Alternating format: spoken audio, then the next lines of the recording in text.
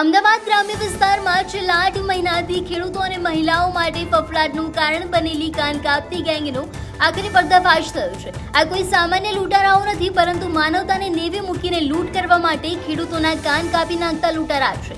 અમદાવાદ ગ્રામ્ય એલસીબીએ બાતમીને આધારે આ ગેંગના 2 સાગરીતોને ઝડપી પાડ્યા છે।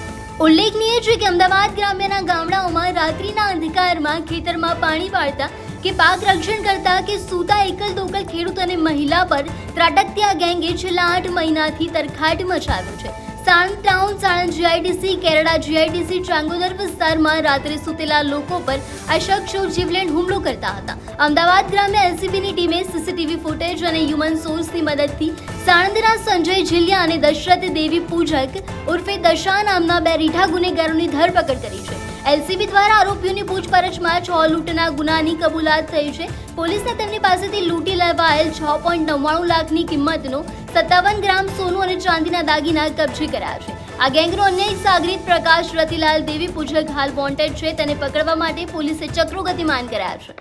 એલસીબી અમદાવાદ ગ્રામ્યની ટીમ દ્વારા 2 લોકોની ધરપકડ કરવામાં આવી છે, જેનું નામ સંજય દશરથ જીલિયા અને દશરથ માવજી દેવી પૂજક છે। એક કોદરિયાલના રહેવાસી છે, એક જુડાના રહેવાસી છે। એ બંને જે આરોપી છે એ આરોપી બહુ જે ગુના કર્યા હતા એ ટોટલ 3 પોલીસ સ્ટેશનની હદમાં છેલ્લા 6 મહિનામાં 6 ઓફેન્સીસ બનેલા છે। ઓર એમાં માણકોલ, બલદાના, સિયાવાડા એ આ રીતે ટોટલ 6 ગામડાઓમાં 6 લૂંટના બનાવ બન્યા હતા।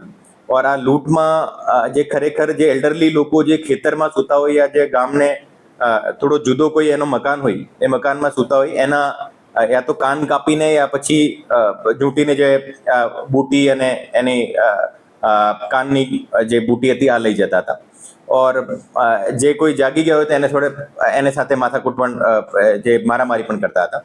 તો એને કારણે જે નાના જે ખેડૂતો હતા એને જે બહુ એક તો એલ્ડરલી હતા અને એના બહુ નાના ખેડૂત હતા જે ખેતરમાં સૂઈને જે આપણી પાકના રક્ષણ કરતા હોય એ બધામાં એક દહેશતનો માહોલ હતો। ઓર આની ગંભીરતાને ધ્યાનમાં લઈને જે આ એલસીબીની ટીમ દ્વારા બહુ સારું ડિટેક્શન કરવામાં આવેલું છે।